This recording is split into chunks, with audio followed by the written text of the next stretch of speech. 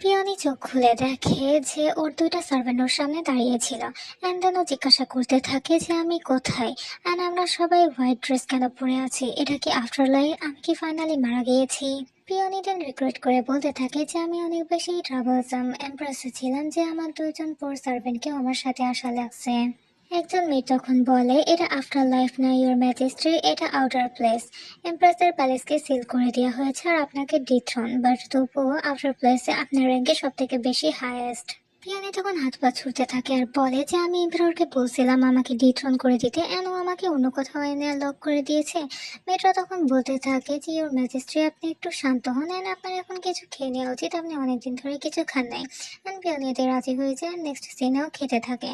And then ও বলে যে outer প্লেসেও তো ওকে অনেক ভালো ভালো খাবার দেওয়া হচ্ছে, আর তাছাড়াও এখানে এত বেশি গার্ডও নাই। পিয়ানিতে নিজের ড্রেস চেঞ্জ করতে থাকে আর বলে যে অনেকদিন বাইরে যাওয়া হয় না, আজকে তো আমি অনেক দূরে যেয়ে ঘুরে আসবে। এন্ড দেন ও যেতে গেলে পারে মেয়ের তখন ওকে আটকে দেয় আর বলে যে ইউর ম্যাজেস্ট্রি আপনি একে সাথে নিয়ে যান আর সানসেটের পূর্বে দ্রুত ফিরে আসবেন। এন্ড দেন আবার বলে যে এই বাচ্চাটা অনেক বেশি ট্রাস্টওয়ার্দি আছে। আর বাচ্চারাও তখন বলে যে ইউর ম্যাজেস্ট্রি আমি আপনাকে নিজের লাইফ দিয়ে হলেও প্রয়োগ করবো। পিয়ানি তখন বলে আচ্ছা ঠিক আছে। এন্ড দেন ওরা ওখান থেকে বের হয়ে যায়। পিয়ানি একাডেমির দিকে যেতে থাকে আর ভাবে যে আমাকে গিয়ে একাডেমি রিওপেন করতে হবে এন্ড সবকিছু আবার সিরিয়াসলি নিতে হবে। এন্ড দেন একাডেমির কাছে এসে একাডেমির এত জাঁকজমকপূর্ণ অবস্থা দেখে ও অনেক বেশি অবাক হয়ে যায় আর চিল্লায় বলে যে এটা কি, আমার একাডেমি কোথায় গেল? এন্ড দেন ও ভেতরে গিয়ে দেখে যে একজন টিচার স্টুডেন্টদেরকে পড়াচ্ছিল। পিয়নে দেন গিয়ে ওই টিচারের কলার ধরে আর বলে যে এখানকার ওনারকে আমাকে তার কাছে নিয়ে চলো। টিচার এটা অনেক বেশি ঘাবড়ে যায় আর বলে যে আপনি এসব কি করছেন। পিয়নি তবুও জিজ্ঞাসা করতে থাকলে দেন একজন পার্সন এসে বলে যে সেটা আমি। পিয়নি দেন পিছন ফিরে তাকিয়ে দেখে যে সেটা ওই মাস্ক পরা পার্সনটা ছিল। মাস্ক পরা পার্সনটা তখন পিয়নিকে দেখে ব্লাশ করতে থাকে আর বলে তুমি এসেছো। এন্ড তখন পিয়নি আস্তে আস্তে ওর কাছে গিয়ে ওর গলা ধরে বলে যে তো এইসব কিছু তোমার করা, কে তোমাকে বলেছে ওদের বিজনেসে নাক গলাইতে? ওই মাস্ক পরা পার্সনটা তখন বলে আমি তো জাস্ট সিম্পলি হেল্প করার চেষ্টা করছিলাম।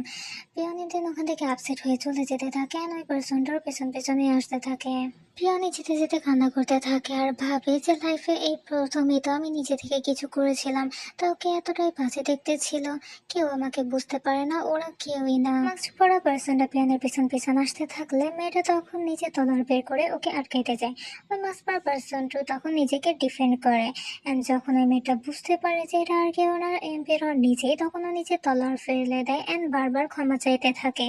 এম্পেরর তখন বলে যে ওঠো, তুমি নিজে লয়ালিটির প্রমাণ দিয়েছো, তুমি কিছুই ভুল করনি, তোমাকে এভাবে ইমপ্রেসকে প্রোটেক্ট করতে হবে।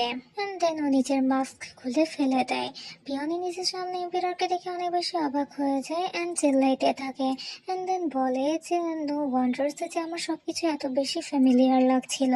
এন্ড দেন বলে যে তোমার কি মানুষদেরকে ধোকা দেওয়া এত বেশি পছন্দ, আমাকে ফুল বানিয়ে তোমার কি অনেক বেশি শান্তি হচ্ছিল? এম্পিরর তখন বলে তুমিও তো ইমপ্রেস হওয়ার সত্ত্বেও প্যালেসের দেওয়ালটাকে এভাবে বাজারে ঘাটে ঘুরে বেড়াচ্ছ।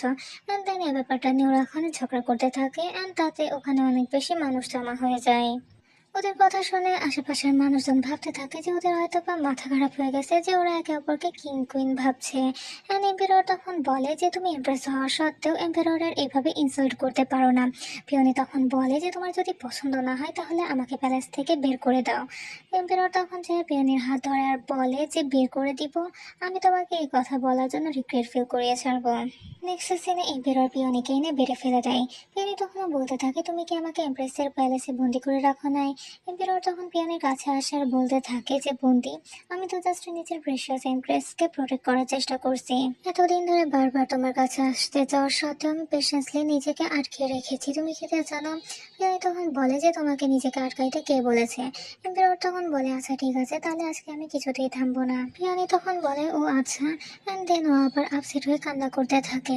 এম্পেরর দেন পিয়নির গালে হাত দিয়ে বলে যে পিয়নি প্লিজ আমাকে কেউ বলে রাখো।